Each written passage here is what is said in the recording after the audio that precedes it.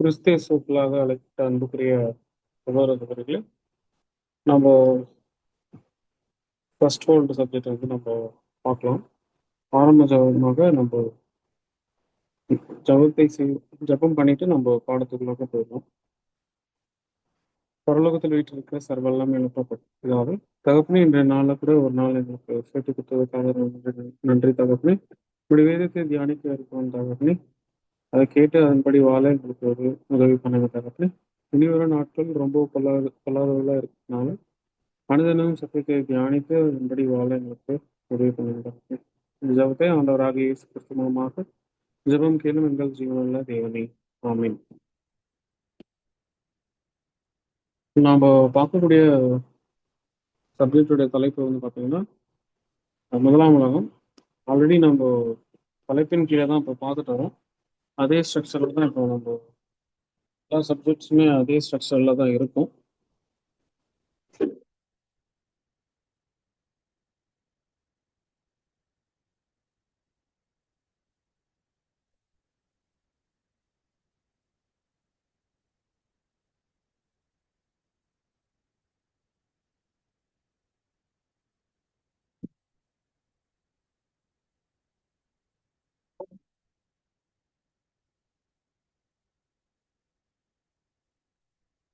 என்னோட வாய்ஸ் கேக்குதா? என்னோட வாய்ஸ் கேக்குது இல்ல? கேக்குது பிரதர். ஓகே, இப்போ நம்ம நெக்ஸ்ட் ஸ்லைடுக்குள்ள போயிடலாம். ஒரே நிமிஷம்.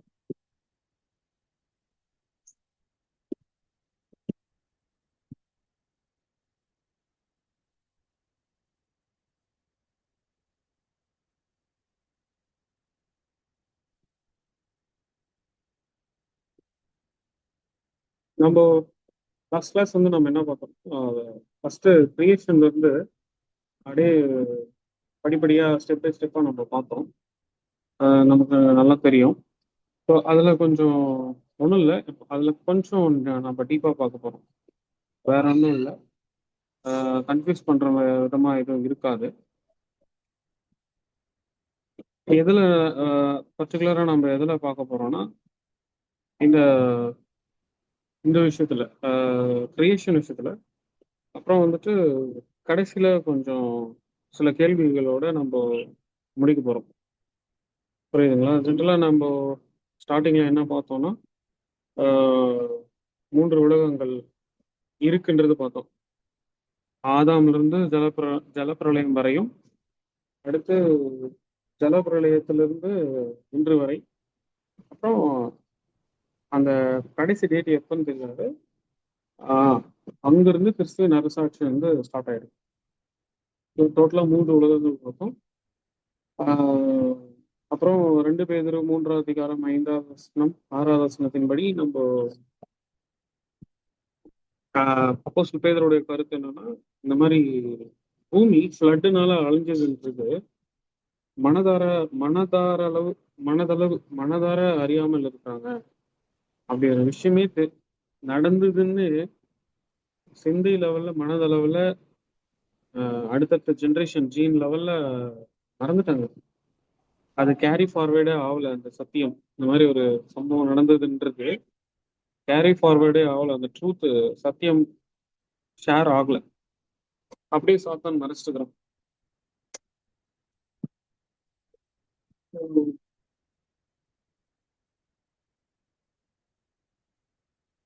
சாத்தான் அப்படியே மறைச்சிட்டுக்கிறான். உங்களுக்கே தெரியும், சாத்தான் வந்து பொய்யும் உண்மையும், உண்மையும் பொய்யும் மாதிரி மாத்துவாரு. ஸோ அதனால அப்படியே கண்டினியூ ஆயிடுச்சு.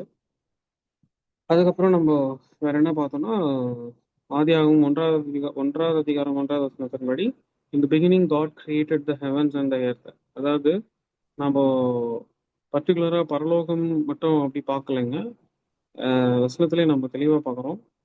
அதாவது இந்த beginning God created the heavens பன்மையில பேசப்பட்டிருக்கு. அந்த எர்த் வந்து இங்கிலீஷ்ல கூட செக் பண்ணிக்கோங்க. ஆதியிலே தேவன் வானத்தையும் பூமியையும் சிருஷ்டித்தார். ஸோ வானத்துல இருக்கிறது எல்லாமே படைச்சிட்டாரு. புரியுதுங்களா? பூமி, சூரியன், சந்திரன், நட்சத்திரங்கள் எல்லாமே படைச்சிட்டாரு. புரியுதுங்களா?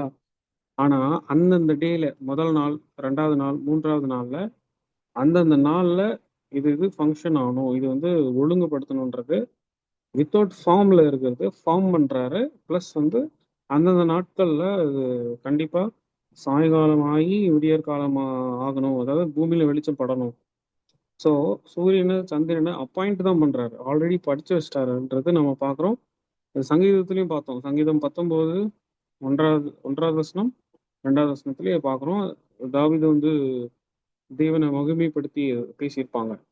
தேவனுடைய மகிமையை வெளிப்படுத்துகிறது தான் எது? அவர் கிரியேட் பண்ண வானங்கள் எல்லாமே ஆகாய விரிவு அவருடைய கரங்களின் கிரியை அறிவிக்கிறது தான். பகலுக்கு பகல் வார்த்தைகளை பொழிகிறது, இரவுக்கு இரவு அறிவை தெரிவிக்கிறது. ஸோ சங்கீதத்திலே ப்ரூஃப் நமக்கு கிடைச்சிச்சு. வானங்கள் இருக்கிறது எல்லாமே தேவனுடைய மகிமையை வெளிப்படுத்துறது. ஆகாய விரிவு இருக்குது, அதோட அவருடைய கரங்களின் கிரியை அறிவிக்கிறதும். ஸோ பகலுக்கு பகல் இரவுக்கு இரவு அறிவை தெரிவிக்கிறது எல்லாமே நம்ம அவரோட ப்ரூஃபா வச்சு நம்ம பார்க்கணும். ஸோ அவர் வந்து கவிஞனும் கிடையாது, அவர் மிகப்பெரிய ஒரு ஞானவான் கூட. யாருன்னா தாவீது ராஜா. ஸோ இந்த இப்போ நம்ம பார்க்குறோம் ஆதியாகமம் 1வது அதிகாரம் 2வது வசனத்துல பார்த்தோம். வித்தவுட் ஃபார்மா இருக்குதுன்னு பார்க்குறோம். அதாவது நல்லா கவனிச்சுக்கோங்க. காட் கிரியேட்டட் ஹெவன்ஸ் அண்ட் எர்த்னு எல்லாமே படிச்சு முடிச்சிட்டாரு. அதை ஒழுங்கு தான் படுத்துறாரு. அது வந்து சங்கீதத்துல வேற எங்கேயும் இல்லைங்க. ஆதியாகமம் 1வது அதிகாரம் 2வது வசனத்திலே இருக்கு. வித்தவுட் ஃபார்ம்ல இருக்கு அது. ஒரு சரியான ஃபார்ம்ல, அதாவது அந்த ஃபார்ம்ன்றது என்ன சொல்றேன்னா, சரியான இயற்கை சூழல் சுற்றுச்சூழல் இருக்கணும். மனுஷனால நாங்க வாழ முடியணும், சுவாசிக்க முடியணும், இது எல்லாமே சாப்பிட முடியும். இரவுனா இரவு கரெக்டா இருக்கணும், பகல்னா பகல் கரெக்டா இருக்கணும், கொலாப்ஸ் ஆகக்கூடாது, கன்ஃபியூஸ் ஆகக்கூடாது. ஒரு மனுஷன் இப்போ இப்போ வேற கன்ஃபியூஸ் பண்ணி வேண்டாம். இப்போ நம்ம எப்படி வாழ்ந்துட்டு இருக்கோம், அப்போ முன்னாடி இல்லை. இப்போ வாழ்ற மாதிரி கண்டிஷன் அப்போ முன்னாடி இல்லை. அப்போ ஒழுங்கின்மையா இருந்திருக்கு, வித்தவுட் ஃபார்ம்ல இருந்திருக்கு. அதை இப்போ ஃபார்ம் தான் பண்ணியிருக்கிறாரு, ஃபார்முக்கு கொண்டு வந்திருக்கிறார். புரியுதுங்களா? இப்பதான் வந்து முக்கியமான பிக்சருக்குள்ள வரப்போறோம். பின்பு தேவன் ஜலத்தினின்று ஜலத்தின் மத்தியில் ஆகாய விரிவு உண்டாக கடவுது என்று அது ஜலத்தினின்று ஜலத்தை பிரி பிரிக்க கடவுது என்றார் சொன்னார் என்றும் சொன்னார். தேவன் ஆகாய விரிவை உண்டு பண்ணி ஆகாய விரிவுக்கு கீழே இருக்கிற ஜலத்துக்கு ஆகாய விரிவுக்கு மேலே இருக்கிற ஜலத்துக்கு பிரிவு உண்டாக்கினார். புரியுதுங்களா? ஃபுல்லி ஜலம் இருக்கு. ஆஹ் அந்த ஜலத்துக்கு 2 பிரிச்சு ஆகாய விரிவு உண்டாக்கினார். புரியுதுங்களா? அது இப்படி இப்ப புரிஞ்சிச்சுன்னு நினைக்கிறேன். இதுதான் அந்த பிக்சர். ஜலத்தை நின்று ஜலத்தை பிரிச்சு இங்க பாருங்க, ஃபுல்லா வந்து வாட்டர் கேனப்பி இருக்கு. நல்லா புரிஞ்சுக்கோங்க, ஃபுல்லா வாட்டர் கேனப்பி இருக்கு. ஸோ இங்க வந்து ஒரு வெற்றிடத்தை தேவன் இங்க கொண்டு வரணும். புரியுதுங்களா? சும்மா வந்து அப்படியே ஒரே மெட்டீரியலே வந்து, அதாவது இப்ப தண்ணினா தண்ணியே பூமிக்குள்ளா நிரம்பி இருந்தா நல்லா இருக்காது. அதனால ஒழுங்கின்மையா இருக்கிறதுனால தேவன் என்ன பண்றாங்க, தேவன் என்ன பண்றாங்கன்னா ஜலத்தை நின்று ஜலத்தும் பிரிக்கிறாரு. அது அது அங்க வந்து ஆகாய விரிவு உண்டாக்குறதுக்காக பிரிக்கிறாரு. ஒரு புரியுதுங்களா? ஒரு வெற்றிடத்தை உருவாக்குறதுக்காக பிரிக்கிறாங்க தேவன். அப்ப பண்ணிட்டாக்க என்ன ஆயிடும்னா, லேண்டு வந்து தெரிய ஆரம்பிச்சிடும், தண்ணி எல்லாம் ஒரு இடத்துல சேர ஆரம்பிச்சிடும், ஆகாய விரிவு வந்து ஆஹ் தெரிய ஆரம்பிச்சிடும்.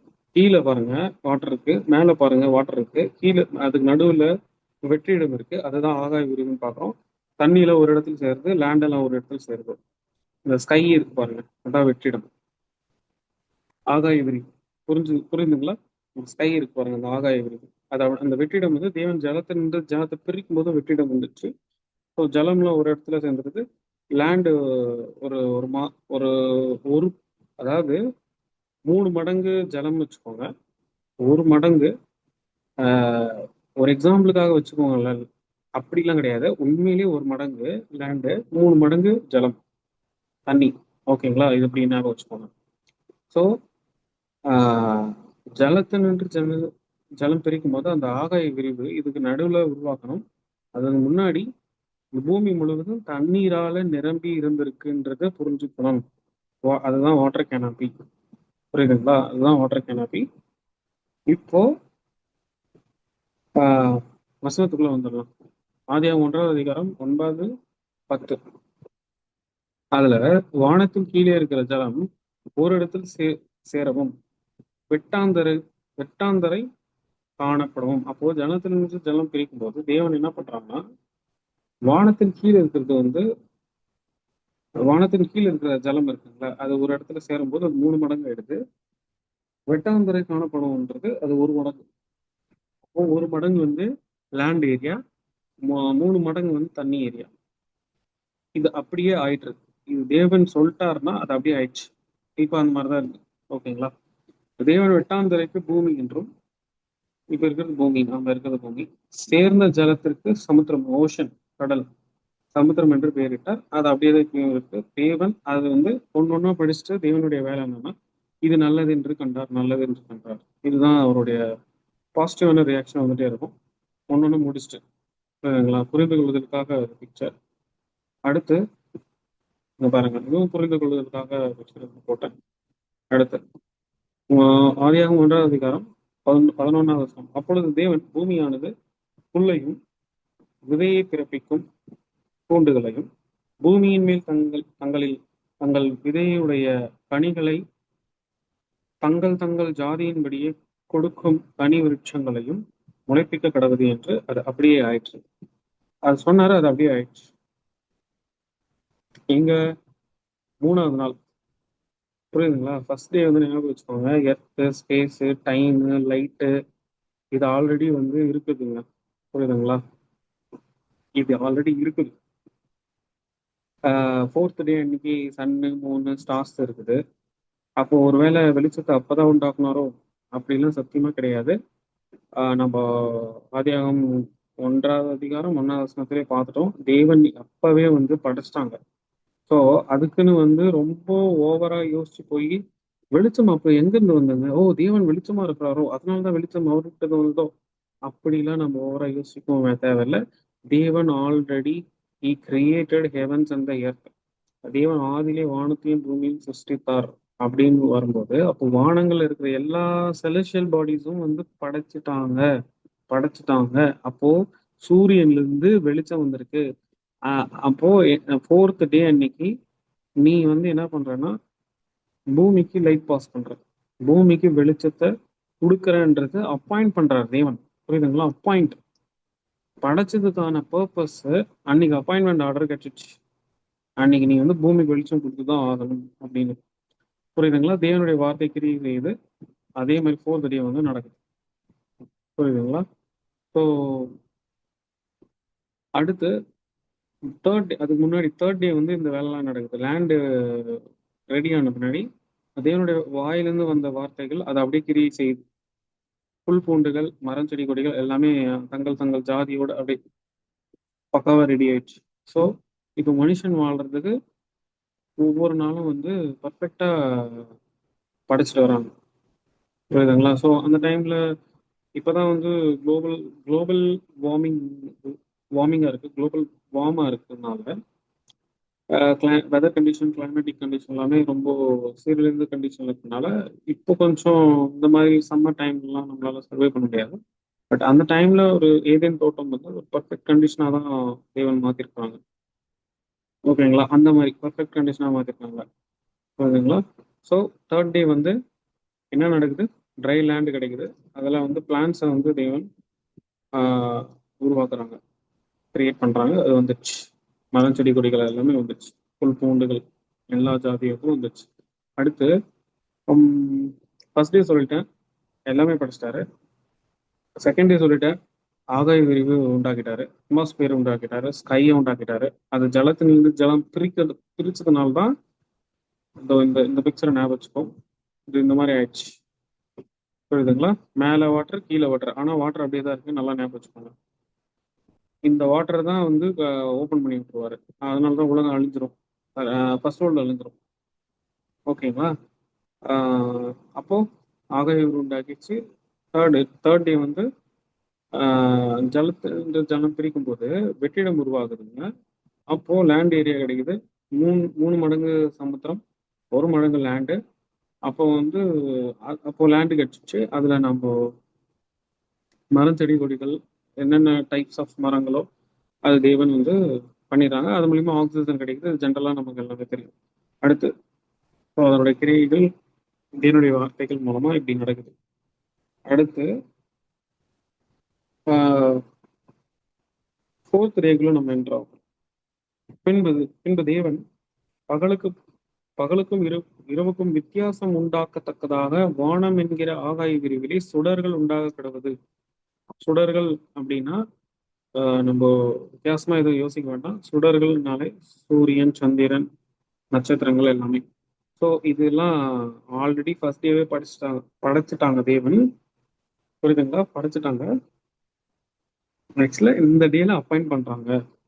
அது எதுக்குன்னா இயர் இயர் கால்குலேஷனுக்காக, ஒரு நாள் கம்ப்ளீட் ஆயிடுச்சா இல்லையான்னு தெரிஞ்சுக்கிறதுக்காக.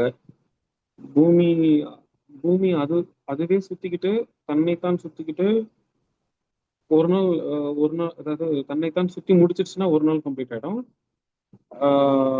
பூமி தன்னைத்தான் சுத்தி கொண்டு சூரியனை சுத்தி கொண்டு வரும்போது என்ன ஆகும்னா ஒரு வருஷம் கம்ப்ளீட் ஆயிடும். ஸோ இந்த பர்பஸ்க்காக தான் தேவன் வந்து படைச்சது.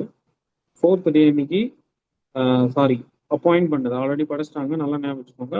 அப்பாயிண்ட் தான் பண்றாருங்க. புரியுதுங்களா? அதற்கான ரெஃபரன்ஸ் வந்து இது ஆதியாகமம் 1ஆம் அதிகாரம் 14 முதல் 18. இதை நீங்க ஃப்ரீயா கூட அப்படியே படிச்சுக்கோங்க. நெக்ஸ்ட் அதுதான் இப்போ போட்டோம். அதுக்கான இப்போ ஒரு பிக்சர் ரெப்ரசன்டேஷன் தான். சூரியன், சந்திரன், நட்சத்திரங்கள். புரியுதுங்களா? ஸோ இது நெக்ஸ்ட் ஜெனசிஸ் 1ஆம் அதிகாரம் 19ஆவது வசனம். அது ஒரு நிமிஷம் நம்ம வாசிச்சிடலாம். ஒரு நிமிஷம்.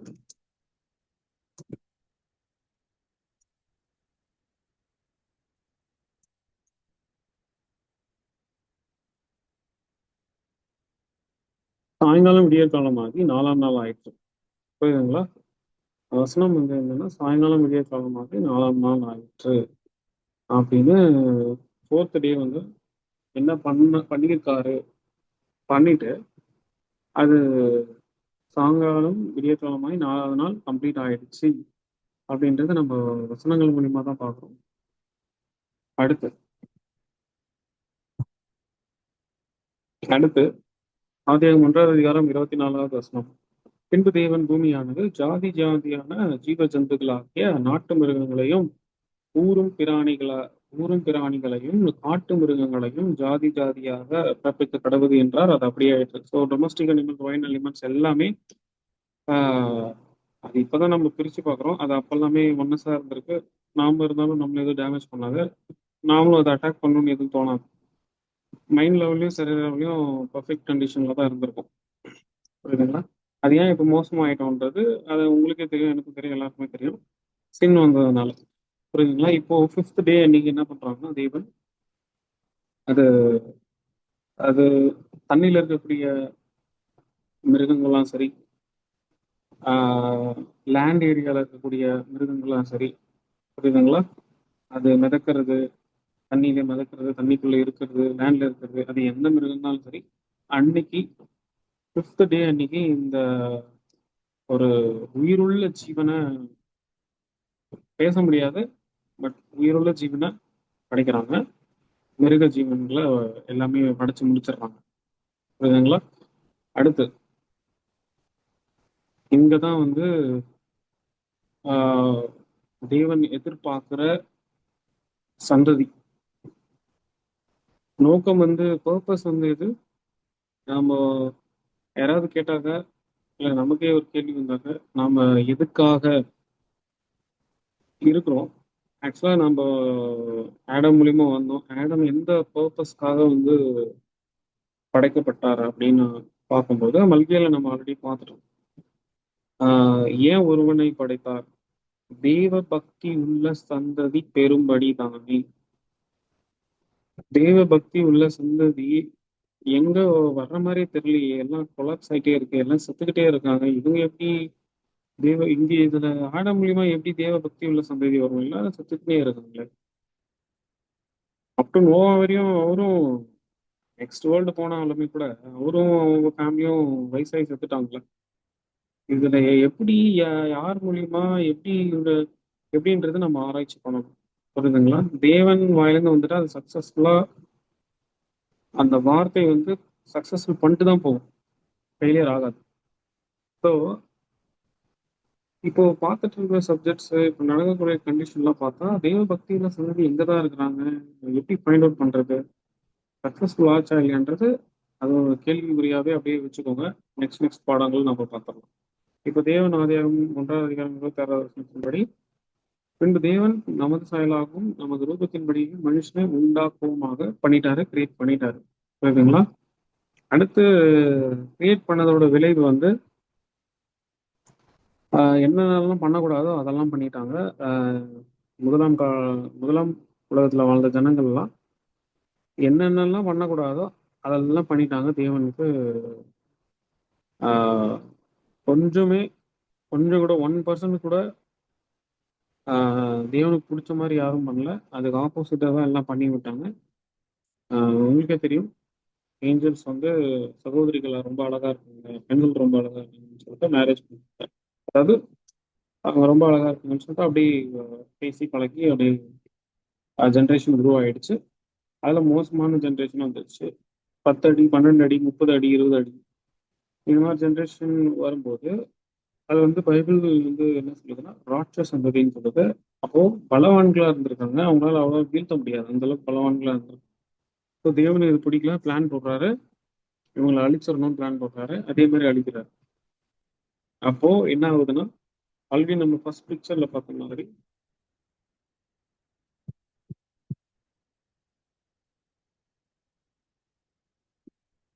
இந்த பிக்சர் ஞாபகம் வச்சுக்கோங்க. கீழே இருக்கிற தண்ணி எல்லாம் லேண்டு கீழே இருக்கிற தண்ணி எல்லாம் உள்ள வந்துருது. பூமி சுத்தி இருக்கிற தண்ணி எல்லாமே மேல வந்துருது. புரியுதுங்களா? அதுதான் இந்த பிக்சர் நம்ம போட்டோம். இப்போ பாருங்க, என்ன ஆயிடுச்சுன்னா மகா ஆழத்தின் ஊற்றுக்கண்கள் எல்லாம் பிளந்துருச்சு. இப்போ லேண்ட்ல இருக்கிற ஏரியா எல்லாம் தண்ணி எல்லாம் மேல வந்துடுச்சு. புரியுதுங்களா? அப்போ மேல இருந்து தண்ணி வருது, கீழ இருந்து தண்ணி வருது. அப்போ பூமிக்குள்ள தண்ணி ஆயிடும். அடுத்து இங்க பாருங்க, அது எவ்வளவு வருஷத்துக்கு, இப்போ எவ்வளவு ஹைட்டுக்கு, 15 கியூபிட்ஸ். அப்படின்னா என்னன்னா பைபிள் வந்து 15 கியூபிட்ஸ் தான் இருக்கு. அது வந்து ஒரு மூலம், ஒரு மூலம் அப்படின்னா 1.5 அடி வரும். அப்போ 22 அடி. இப்போ எக்ஸாம்பிள் சொல்லணும்னா இப்போ மவுண்ட் எவரெஸ்ட் வச்சுக்கோங்க. மவுண்ட் எவரெஸ்ட்ல இருந்து ஒரு 22 அடி மேலே வரையும் தண்ணி இருந்திருக்கு, ஃப்ளட் இருந்திருக்கு. ஸோ அந்த போட் மட்டும் அங்க இருந்திருக்கு. அது யாரும் இல்லைங்க, அவங்க நோவா ஃபேமிலி மட்டும் அங்க இருந்திருக்கு. நோ மனைவி, அவங்களுடைய 3 பசங்க, அவ்வளவுதான்.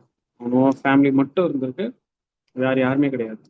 ஆனா இந்த ஷிப் பில்ட் பண்ணும்போது தேவன் சொல்லியிருப்பாங்க இந்த மாதிரி.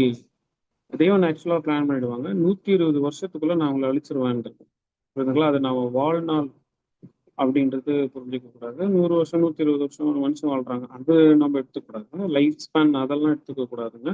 இது பியூர்லி வந்து 120 வருஷத்துக்குள்ள நான் உங்களை அழிச்சிருவேன் அப்படி. அதுதான் பிளான். ஸோ அந்த 120 வருஷத்துல ஷிப் பில்ட் பண்ணி முடிச்சிடுறாரு. அப்புறம் சத்தியம் ஷேர் ஆயிருக்கும், இந்த மாதிரி மழை வரப்போகுது, உலகம் அழிய போகுது, நீங்க உங்களை சேவ் பண்ணிக்கோங்க, இந்த போட்டுக்குள்ள வந்துருங்க, சாரி இந்த கப்பலுக்குள்ள வந்துருங்க அப்படின்னு சொல்லியிருப்பாங்க. அவங்க வந்து நல்லா கிண்டல் பண்ணியிருப்பாங்க, கேலி பண்ணியிருப்பாங்க, அவமானப்படுத்தியிருப்பாங்க, சிரிச்சிருப்பாங்க. நீ சொல்றது நல்லா இருக்கு, அப்புறம் வா நாளைக்கு கேட்குறேன் அந்த மாதிரின்னு சொல்லியிருப்பாங்க. ஸோ இதெல்லாமே வந்து ஏன் சொன்னாங்கன்னா அவங்க மழையே பார்த்ததில்ல, அதனால அப்படி சொல்லியிருப்பாங்க. நம்புற மாதிரி இல்லை. ஆனா இவர் தான் வந்து விசுவாசத்தோட ம், பண்ணி முடிச்சிருக்காங்க. விசுவாசத்தோட கப்பலே பண்ணி முடிச்சிட்டார், செஞ்சு முடிச்சிட்டார். அதுவும் அவங்க ஆளுங்களே வச்சு. இதுல என்ன காமெடினா அவங்க ஆளுங்களே அங்க வேலை எல்லாம் செஞ்சிருப்பாங்க பாருங்க, அவங்களே வந்து இப்போ போட்டுக்குள்ள வரல. ஆனா யார் வேலை வாங்கினாரோ அவங்க போட்டுக்குள்ள வந்துட்டாங்க. புரியுதுங்களா? ஸோ தேவன் வந்து ஸ்டைல் பாருங்க எப்படி இருக்கு. ஸோ இது ஒண்ணு. அடுத்து ஆஹ், அந்த வசனத்தின்படி 15 மூலம் கியூபிட்ஸ். 1 கியூபிட் வந்து ஒரு மூலம் வந்து 1.5 அடி, ஸோ 22 அடி மலைக்கு மேலே இருந்திருக்கு. அது வரையும் இருந்திருக்காங்க. ஸோ இதுதான் நம்ம வந்து ஆதாம் முதலும் ஜலப்பிரளயம் வரை. ஸோ இங்கே பார்ப்போம் ஆதியாகமம் 7வது அதிகாரம் 11. அதில் நம்ம பார்க்குறோம், நோவாவுக்கு 600 வயதாகும் வருஷம் 2ஆம் மாதம் 17ஆம் தேதி. இயரு, டேட்டு, மந்த்லாம் கொடுத்துருக்காங்க. Year, month, date. மகாலத்தின் ஊற்று பெண்கள் எல்லாம் பிறந்தன, வானத்தின் மதங்கள் இருந்தது, மதங்களும் திறவுண்டன. வானத்துல இருக்கிறது தண்ணி கீழே வந்துச்சு, பூமியில இருக்கிற தண்ணி பிளந்து மேல வந்துச்சு. அப்போ ஃபுல்லா நிரம்பிடுச்சு. பூமி ஃபுல்லா ஃப்ளட், புயல், ஃப்ளட். புரியுதுங்களா? பூமி ஃபுல்லா ஜலம், கடல், கடலா மாறிடுச்சு. அது எப்பன்னா 600வது வருஷம் 600 year, second month, 17th date. புரியுதுங்களா? ஆதியாகமம் 8வது அதிகாரம் 13வது வசனம், 14வது வசனம்.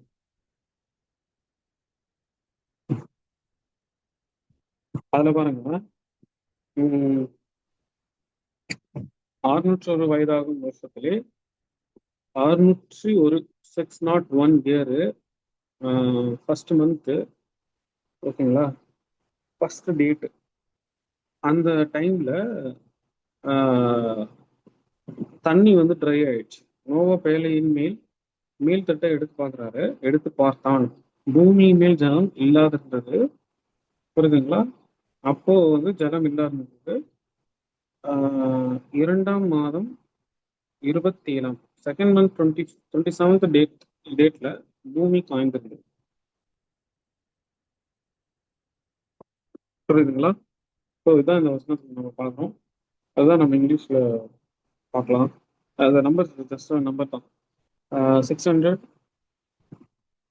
Second month 17th, 601 second month 27th, டோட்டலா 1 இயர் 10 days. டோட்டலா 1 இயர் 10 days வந்து தண்ணியில இருந்திருக்காரு, கடல்ல இருந்திருக்காரு. பூமி ஃபுல்லா தண்ணியால இருக்கு. மலைக்கு மேல 20 அடி உயரத்துல இருக்கிறாங்க. ஒரு வருஷம் 10 நாட்கள் இருந்திருக்கிறாங்க. ஆக்சுவலா வந்து நோவா உள்ள போகும்போது தேவன் தான் கதை சாத்தியிருப்பாரு. உள்ள விட்டுட்டு தேவன் தான் கதவை அடைத்தார். ஸோ எவ்வளவு நாள் இருந்திருக்காங்கன்னா 1 இயர் 10 days. புரியுதுங்களா? இப்போ முக்கியமான விஷயத்துக்கு வரும். ஓகே, 1 இயர் 10 days இருந்தாங்க. இப்போ இங்க வந்து ஒரு வித்தியாசமான சம்பவம் நடக்கும். ஜென்ரலா வந்துட்டு ஜேக்கப் வந்து ஒரு ஏமாத்துக்காரன், பேதுரு வந்து ஒரு முன் கோபக்காரன், நோவா ஒரு குடிகாரன். இது மாதிரி வந்து கொஞ்சம் வந்து வேதத்தை வந்து தெளிவா பார்க்காதவங்க, சரியா படிக்காதவங்க, தப்பா புரிஞ்சுக்கிறவங்க வந்துட்டு இந்த மாதிரி சொல்லு சொல்லியிருப்பாங்க. நாமளே கூட பேசியிருக்கலாம். அதை இனிமே ஸ்டாப் பண்ணிடணும். புரியுதுங்களா? ஸோ இனிமே அந்த மாதிரி பேசக்கூடாது. இப்போ என்ன ஆச்சுன்னா, ஃபர்ஸ்ட் வேர்ல்ட்ல வந்து பார்த்தீங்கன்னா என்ன கிளைமேட் கண்டிஷன், செகண்ட் வேர்ல்ட்ல கிளைமேட் கண்டிஷன், அது என்ன, ஏன் வந்து அவங்க ஆக்சுவலி அவங்க நோவை வந்து எப்படி ரெக்கார்ட் ஆயிருக்குன்றதை பார்க்கணும். அவன் திராட்சை ரசத்தை குடித்து வெறி கொண்டு தன் கூடாரத்தில் வஸ்திரம் விலகி படுத்திருந்தான். அதை வந்து அவங்க ரெண்டு பசங்க ஒருத்தர் பார்த்துட்டு அவங்க அண்ணன்களுக்கெல்லாம் சொல்லி அதுக்கப்புறம் அவர் நியூடா இருக்கிறது பார்க்கக்கூடாதுன்னு சொல்லிட்டு பேக் சைடில் வந்து இப்போ ட்ரை பண்ணுவாங்க மறைக்கிறதுக்கு. அது யார் அது பார்த்தாங்களோ அவரே வந்துட்டு மறைச்சிட்டு போயிருக்கணும். இது தேவையில்லாம அவங்க பிரதர்ஸ் கிட்ட சொல்லி அவங்க வந்து அது மறைக்கிறதுக்காக ஐடியா கொடுத்து பேக் சைடில் மறைக்க போவாங்க. ஸோ அதனால சாபம்லாம் இருக்கும். அந்த சாபம்லாம் நிறைவேறி முடிஞ்சிச்சா, இனிமேதான் நிறைவேறுமான்றது எல்லாமே நம்ம அடுத்தடுத்த கிளாஸ் பார்க்கலாம். சரி, ஓகே. நீங்க திராட்சை ரசம் தானே சாப்பிட்டாரு, அது ஏன் வந்து வெறி கொண்டு கூடாரத்தில் வஸ்திர விலகி போனது கூட தெரியாம ஏன் படுத்திருக்கணும் நியூடா அப்படின்றது நம்ம ஒரு கேள்வியா கேட்கிறோம். சரிங்களா? ஸோ இதற்கான பதில் வந்துட்டு நம்ம ஆஹ், அடுத்த கிளாஸ் பார்க்கலாம். சரிங்களா? ஸோ தேவன் தாமே ஆசீர்வதிப்பாராக. ஆமென்.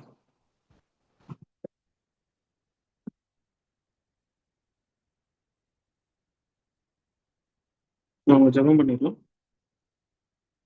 பரலோகத்தில் வீற்றிருக்கிற சர்வ வல்லமை உள்ள அப்பா பிதாவை, தகப்பனே என்ற நாளில் கூட ஒரு அருமையான சத்தியம் நாங்கள் தியானிக்க எங்களுக்கு உதவி பண்ணதுக்காக ரொம்ப நன்றி தகப்பனே. கேட்ட சத்தியத்தை அதன்படி வாழ எங்களுக்கு உதவி பண்ணுங்க. அது மட்டும் இல்லாமல் சத்தியம் தியானிக்கும் போது அதற்கான ஆர்வம் காமிக்கும் போது பயபக்தியா இன்னும் அடுத்தடுத்த கிளாஸ் வந்து ஆஹ் வந்து பேசுறதுக்கும் கேட்கறதுக்கும் எங்களுக்கு அதிகமான ஞானத்தையும் வைராக்கியத்தையும் எங்களுக்கு தந்து வழிநடத்துறதுமே தாங்க இந்த ஜபத்தை ஆண்டவராக இயேசு கிறிஸ்து மூலமாக எங்கள் ஜீவனுள்ள தேவனே. ஆமென்.